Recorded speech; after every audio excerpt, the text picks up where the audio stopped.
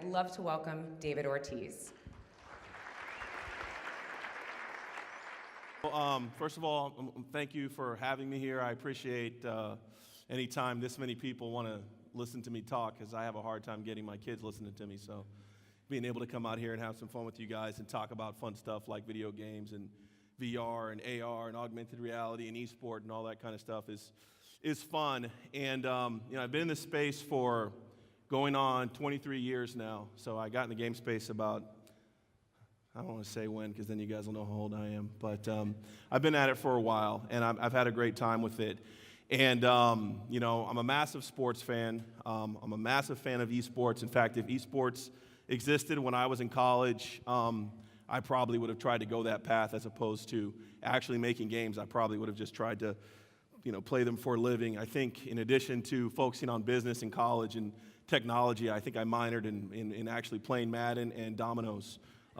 And so I think those two things were a lot of fun for me. But if eSports existed, I probably would have attempted to go down that path. And being a massive sports fan, there are so many things that I think are cool about where eSports is and where it's going. And I think VR and AR are an awesome tool to really take it to the next level. And what I'm going to show you here is a little bit about the history of competition. And I want you guys to take a look at this video. It's kind of the theme of where we're going with our company, Emortal Sports. And then from there, I'll kind of take you guys through what I think that means from an overall impact perspective. We'll have some fun with it. I'm not one of those people who takes either my vision or my company so seriously where, I feel like this is going to save lives or anything. It's not. It's video games. It's about entertainment. It's about a good time. But at the same time, I think we can actually do some pretty cool and impactful things that are going to shift the meter a little bit and really improve the way competition is handled. So without further ado, if you could run this video really quick, and maybe if we get a little light dimming. Webster's dictionary defines the hero as a mythological or legendary figure, often of defined descent, endowed with great strength or ability, an illustrious warrior, and one who shows great courage. Over the centuries, we have marveled at the accomplishments of the hero, been inspired by them, and entertained by them. But as civilizations evolve, so do our heroes. 12th century BC, Achilles. One of the first great heroes was Achilles, a legendary warrior who battled for glory, putting himself at mortal risk to be remembered forever, and they loved him for it. In victory, they were in awe of him, and he is celebrated above kings. 180 AD, Maximus the Gladiator. An evolution of Achilles, the stadiums packed to watch Maximus and other gladiators in exploits that were previously reserved for the battlefield. Initially an arena for the slaves and criminals, it evolved rapidly over 650 years to a sport with male and female participants, with weight classes, win-loss records, and a players' union. And while only 1 in 10 battles resulted in a death, these gladiators showed great courage and put it all on the line. The best fighters became heroes with celebrity status, idolized by children, adored by men and women, and earning up to 1 million Roman sesterces for a single match. Which brings us to 1957 and Jim Brown, perhaps the greatest player of all time in the sport of football. Like Maximus centuries before him, fans packed the stadiums to watch Brown risk his neck and display his skill for $1,000 a contest, a paltry sum for the top player in the game. And while playing to the death is not a part of football, the physical toll was high in the 60s, with players being able to hit each other in ways that would get them fined or kicked out of the league today. And he excelled in these conditions with grit and grace, and we marveled at this true hero. And the game evolved from Jim Brown to the current day heroics of Russell Wilson. Russell is shorter than most of his opponents, and the defenders looking to take his head off are faster and stronger than the men Jim faced down.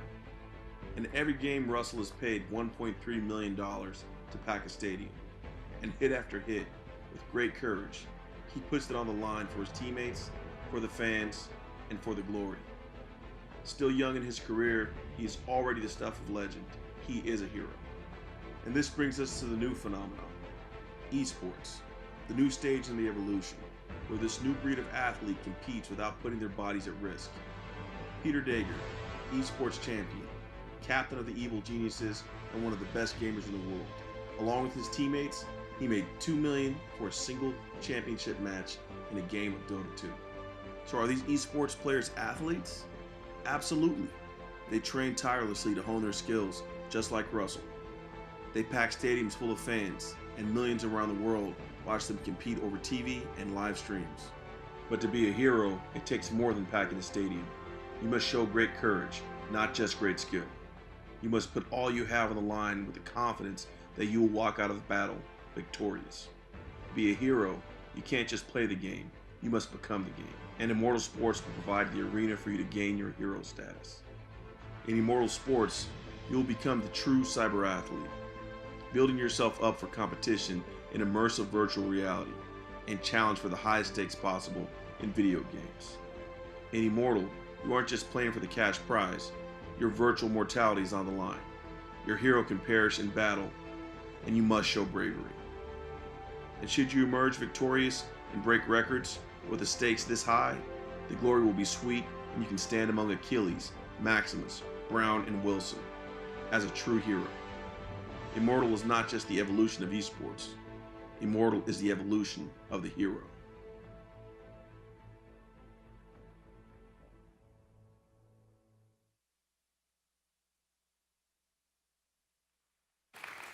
Thank you. So just a little bit of taste of what we're doing, and it'll be a nice segue into what we're doing here. So there's 2 microphones there. So how will esports forever change professional sports? We'll talk about this here. So we talk about esports and its growth and how it's becoming more popular, and this is something to come. It's not something that's coming. Esports is really already here, and with the exception of maybe the NFL and the Premier League and soccer in Europe, it already surpasses from a viewership perspective the amount of people who watch this for entertainment compared to traditional sports. So in the millions, I think this was as late as 2014, 32 million watched the League of Legends Championship, okay? 26.4 million watched the BCS National Championship, the College Football National Championship. 26.3 million watched the NBA Finals Game 7, 15.7 the NBA NCAA basketball final, and 14.9 million people watched the World Series, right? So esports is already dominating from a perspective of viewership and people watching, and I think one of the reasons for that is the accessibility for people who are gamers. I mean, people, they spend all their time now gaming. So it's already here in terms of what people are watching.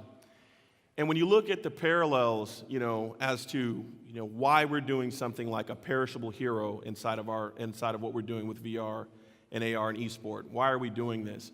Well, as popular as esports is right now, there isn't a sense of consequence at all to it, which is why in the video we keep talking about the concept of a hero as opposed to being a champion. They're 2 different things, right? A hero is someone who puts themselves at risk. And one of the reasons why, we know who the popular athletes on the planet are is because as humans, we know how much work it takes to accomplish what they do, right? We know how hard it is, and we also know that the clock is ticking on your body. You can't do something forever.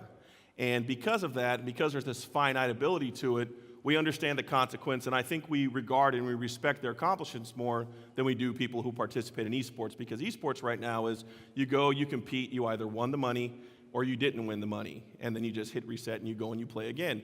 Now again, as I talked about in the video, these guys train tirelessly, they work as many hours as traditional athletes do, but there is no consequence if they don't win, and they can really, if they're into it, they can game for a long, long time.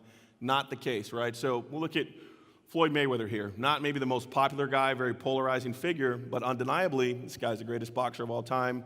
He's been a champion for 20 years. That's amazing because, his body will break down, right? Most boxers don't last this long. Most boxers don't go this long without being beaten. Physically, he's able to last. Tom Brady, right? This guy's getting older. He looks young, but this guy's getting older. He's going to be 40 now, or he is 40. He's got 5 Super Bowls. We're impressed by that because no one else has this, and the reason why they don't is because eventually your body's going to catch up with you. There's consequence. He gets hit. He's putting himself at risk every time he goes. Michael Jordan does not have 5 Super Bowls, but he has a lot of championships. I'll skip this. I put that in there to make you laugh. All right. So, then we look at some other champions, people that were like, wow, this is the hottest person ever. They've done all these great things, but they haven't become the ultimate champion because of different reasons, right? And all of this is going to still be tied to time and their physical ability. So Tiger Woods, right? I mean, he's probably pumped so much money into the Oregon economy through Nike, et cetera. The guy was on top of the world for a bunch of different reasons, not just his physical abilities. You know, he's aging and he's been derailed entirely. He's probably never going to catch Arnold Palmer in terms of Masters as he was projected to do. He was going to be the greatest golfer of all time. In some senses he is, but from a statistical perspective, Arnold Palmer still hasn't beat in terms of Masters. It'll be really exciting to see Tiger ever do that, but it's not likely that's ever going to happen. Age, he's running out of time. Ronda Rousey, right? Everyone loved Ronda Rousey about half a year ago, maybe a year ago. She couldn't be stopped, and she's been knocked out twice, and I haven't seen her in any new movies.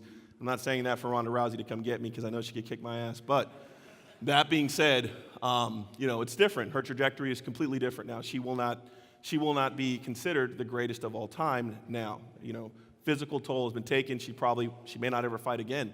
Peyton Manning, right? This guy was on the trajectory to be one of the greatest quarterbacks ever. In a lot of ways, statistically, he is, but he ran out of time before he could win those championships like Tom Brady. So how does that tie back to what we're talking about in gaming? You know, the same type of thing. You know, we look at these guys, and this is a little joke here that I pulled off the net, and we talk about guys like LeBron, and we look at guys like Kobe, and then Michael Jordan, right? What does it take to be considered the greatest? And again, with all of these guys, all this potential, all this ability, but there's only so long you can do it before, time catches up with you, and the clock is always ticking. We don't have that parallel in eSport. And that's what, we're attempting to bring to the table. Same thing with quarterbacks, right? Just a bunch of data that shows why these guys are considered great, how much time they played, what they've accomplished, and why somebody's considered to be the greatest. And this is, I know, a passionate thing, especially for people, in the Northwest who maybe don't really prefer guys from the East Coast, but you got to give respect to Tom Brady. So how does that tie into what we're doing with eSport? Again, with eSport, there's no consequence right now. It's play, I win the money, or I don't win the money. And so what we are doing is we're building in a digital system where you can create your own avatar. And every time you go into a competition on our platform, your character is actually going to take a physical toll. So your character goes into a certain type of competition, they're going to get beaten up, they're going to get broken down. Of course, because we are a business, we'll give you the opportunity to, improve your character a little bit, rehab your character, and get your character back into battle. But ultimately, your character will get to a point where they can no longer compete. What we intend to do with this and why we're doing this is not just from a business perspective, but it's from the perspective of actually having people start to look at these competitors from a perspective of their avatar. Having these avatars start to take form, take life, be someone that you can actually follow and understand their record and understand their accomplishment, because we know that this specific character, controlled by whomever, cannot last forever. And I feel like we need to bring this sense of consequence, and we're betting on this need to build this sense of consequence for esports to become more relevant. And so we feel like this avatar-based system and this perishable hero, this perishable identity is something that ultimately, we can do and we accomplish, and ultimately brings more relevance to the sport. And so the way it works is you create your hero, you create your avatar, you come into competition, you get beaten up a little bit, you improve your character, and then you rack up as many victories and wins and losses and crash prizes as you can, and then ultimately, your character is completely obliterated. So, as we evolve, and one of the reasons why I put the video together the way I did is I wanted to show the evolution as humans. We don't necessarily have to gather into a gladiator pit anymore to watch someone get killed in order to get excited, but there's something in us that still wants that lean forward experience where what's going to happen, is there a consequence? It's in us. We're wired that way. Well, again, as we evolve, we don't necessarily have to punish ourselves physically in order to make that happen. And I played football in college, and I coach youth football now, so I'm not anti-football. I'm all about making the game more safe. But I know that as we grow and we progress, there are other ways that we can have entertainment that's meaningful to us, that we're going to be excited about, and we can look at that is, that has a sense of consequence that doesn't require us to, be injured in the process. And then this last slide, before we, have our little talk with our moderator, is just about the growth. Again, we can all agree that American football is the most popular sport in this country. It draws the most eyeballs. It draws the most marketing dollars. It's pretty much king. But if you look at the pace of its growth, right, and its 146-year history, eSports is growing 12 times as fast. This is just a 6-year history of just League of Legends. And if you look at the pace at which it's growing. Esports is evolving 12 times faster than American football did. This is here to stay. This isn't something that's going to come and go and, oh, my neighbor's kid watches that and it's kind of cool. This is mainstream. This is real. This is a permanent part of our culture, and it's only going to evolve. And we want to be part of the process to really affect the conversation, affect the way people experience it, and bring that true sense of conversation to it. So, thank you for your time, and I guess we're going to do some questions with Peter, who's going to come on out here with the fabulous beard. That was all for your beard. That's great, David. All right. Thank you. Yeah, let's sit down. It's a little fireside chat. I can't hear myself. No? Yes? Good. So there are so many things that we could get started on, but I just want to cover a couple of them before we get to the exciting questions that we're going to hear. Okay.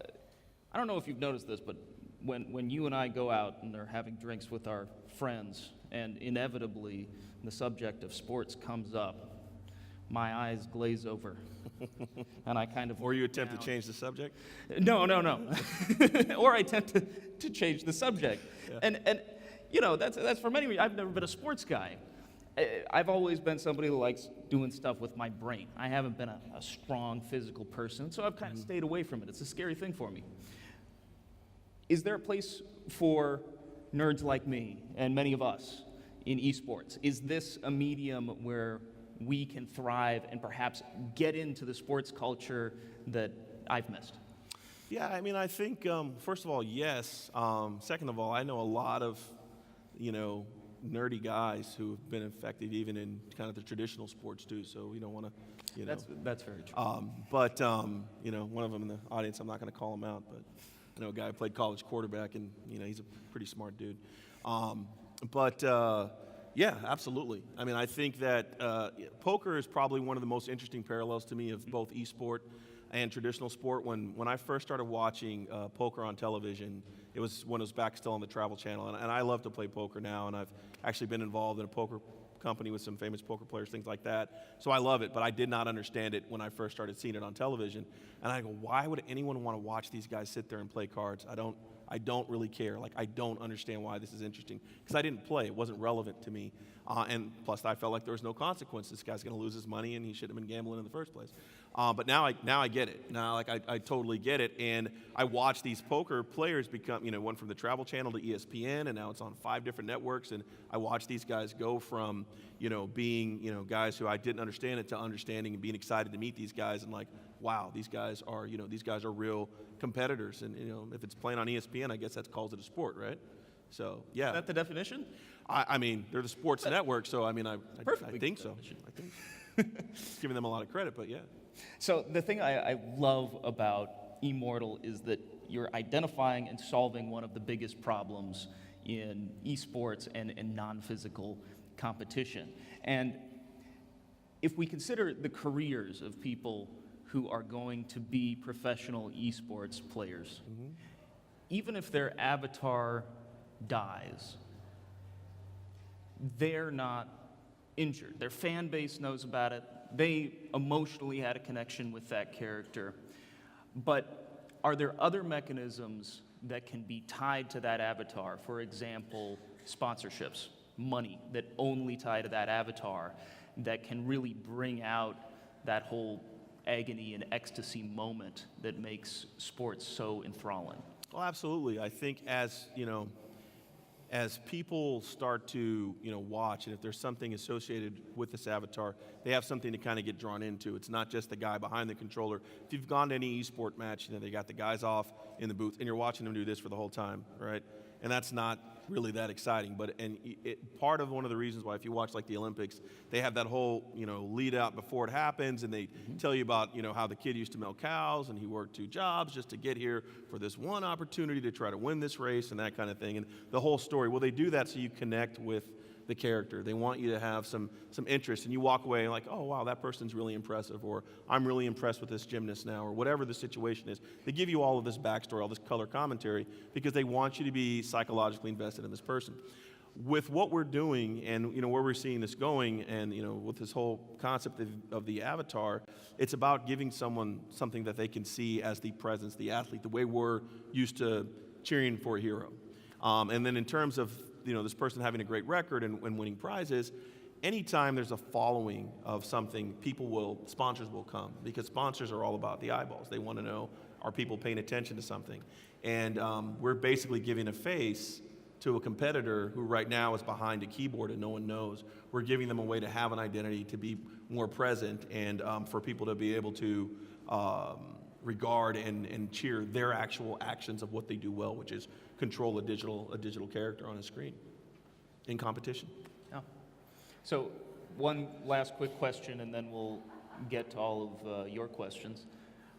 Spectacle is such a big part of sports. When I go to a Timbers game, for me anyway, it's that energy that you're engaging with from the crowd that is often more exciting than what's happening on the pitch. Mm-hmm.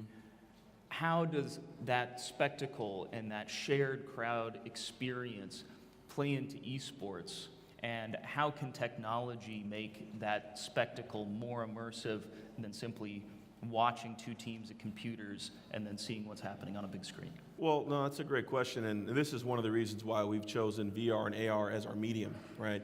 VR and AR provide us the opportunity to not just, put you to watch the action. For the competitor, it can immerse them in the experience.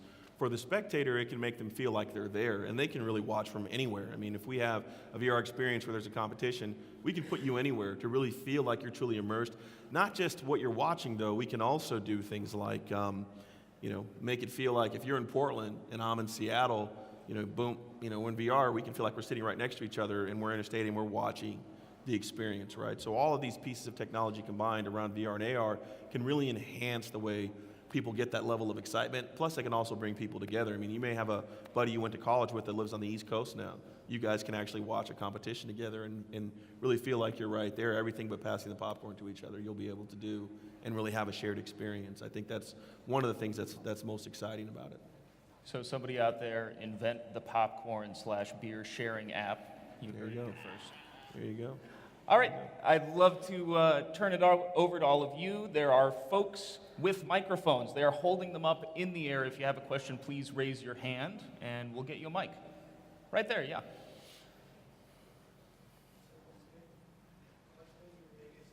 Success this year, and what's been the biggest challenge in your growth? As a company with this concept? Sure. Well, anytime you're trying to make games that you think people are going to want to play enough to play a lot and get really good at, so you can actually put a cash prize up, that development aspect, just the things that most game developers face when they're trying to make a fun game, right? The whole character development system and the progression, that hasn't been really the challenge. We've been working on things like this, and personally, I've been working on things like this for a long time. I kind of geek out about the concept of taking RPG elements and bringing them into, sports or more competitive experiences for, as long as I can remember. So that part's not that tough. It's just making sure we're building things that are really fun, and then, convincing kind of mainstream folks that they get it, they understand that esports is coming, but convincing them that, hey, trust us, this is the right way to go. Right there, yeah. So to what extent is bandwidth a limiting factor on a kind of a massive shared VR experience of what you seem to be describing? To what extent is bandwidth going to be a factor? A limiting factor. A limiting factor? Are you talking about from the spectator experience overall, or? Yeah, when you describe a spectator actually being placed in a VR experience with other spectators and the performers, it seems to me that you're talking about something that's real time, and that at a high level of resolution, that would require a lot of bandwidth, and I'm wondering if our present infrastructure permits that. Yeah, well, two cool things. One, we get to focus on creating the cool content that people are playing, so I don't have to solve that problem, one. The other part of that, though, is that I do have a few friends, one company called VReal out of Seattle that's working on this, and they're actually doing a really nice plug for you, Todd. They're doing some really cool stuff there. So I don't think that that's going to be a limiting or gating factor for people to be able to truly experience something. I think it's going to be all right. And you guys are welcome to invite him out, and he can dig into what he's doing in terms of how he's handling the traffic, but I don't think that's going to be a challenge. Okay, I saw a question from that row. Yes. Yeah, I was reading an interesting article about eSports in colleges or colleges giving out scholarships. Can you talk about that? Yeah. So first of all, I know this guy, so it makes me laugh that he asked me a question up here. Thank you. He's the plant, in case no one was interested in what I had to say. But no, in terms of esports in colleges, it's happening. Like if the Big Ten network is already broadcasting their competitive esports games on cable. Pac-12 schools are competing.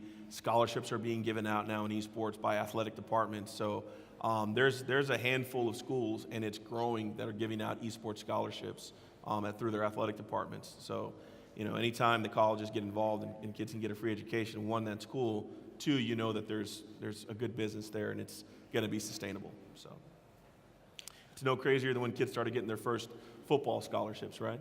So. Yeah. So I have not been briefed on the clock, but it has ceased counting down and is now counting up, and it's a red light instead of a green light. Does that mean we're out of time? Can we get one more question in? We get one more question from someone I don't know. You, right over there.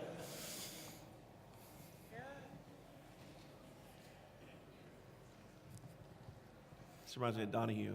What kind of timeline are you looking for? So, Russell Wilson's career, or the average people's career when they actually play as a human is limited by their actual biological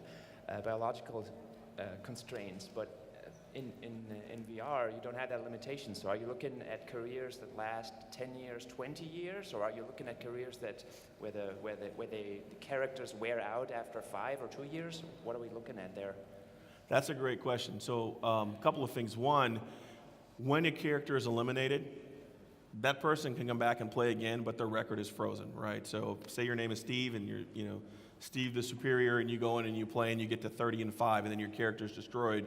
Well, you can come back Steve the Second and compete with him, but your record is frozen, so you don't get to keep adding victories on, right? So what we don't want to do is have people invest in their character and their hero, and then that character gets destroyed, and we're like, oh, thanks for the money, let's go ahead and start over. You get to keep the entity, but maybe the entity atrophies a little bit, and you get to bring them back and compete. So you could compete for as long as you wanted to, but your record, what will be impressive for you is how far you can push that record before you're eliminated.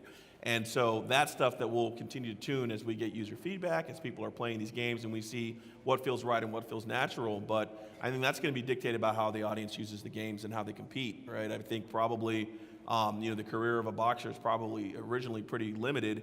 I don't think anyone's ever gone for 20 years like this guy. But this guy's gone Mayweather's gone 20 years, undefeated. He's probably defying odds. I'd love to see us have some outliers where the average career is, 2, 3, 4, 5 years, and then someone who's amazing goes for 10 years, and we're marveling at, wow, he could keep a video game character alive for that long. So we actually have a sense of context. That would be great. And that's the whole point, is being able to have a sense of context of what's amazing, what isn't amazing inside of esports. Great. I think that's all the time we have. David, thank you so much. No worries. Thank you guys.